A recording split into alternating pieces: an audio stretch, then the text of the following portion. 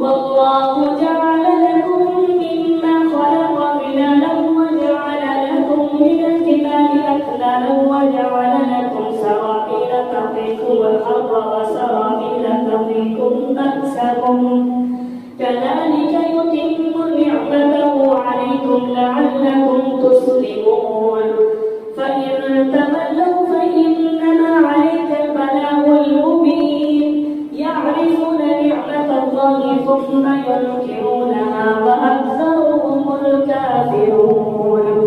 ويوم نبعث من كل أمة شهيدا ثم لا يؤذن للذين كفروا ولا هم يستعتبون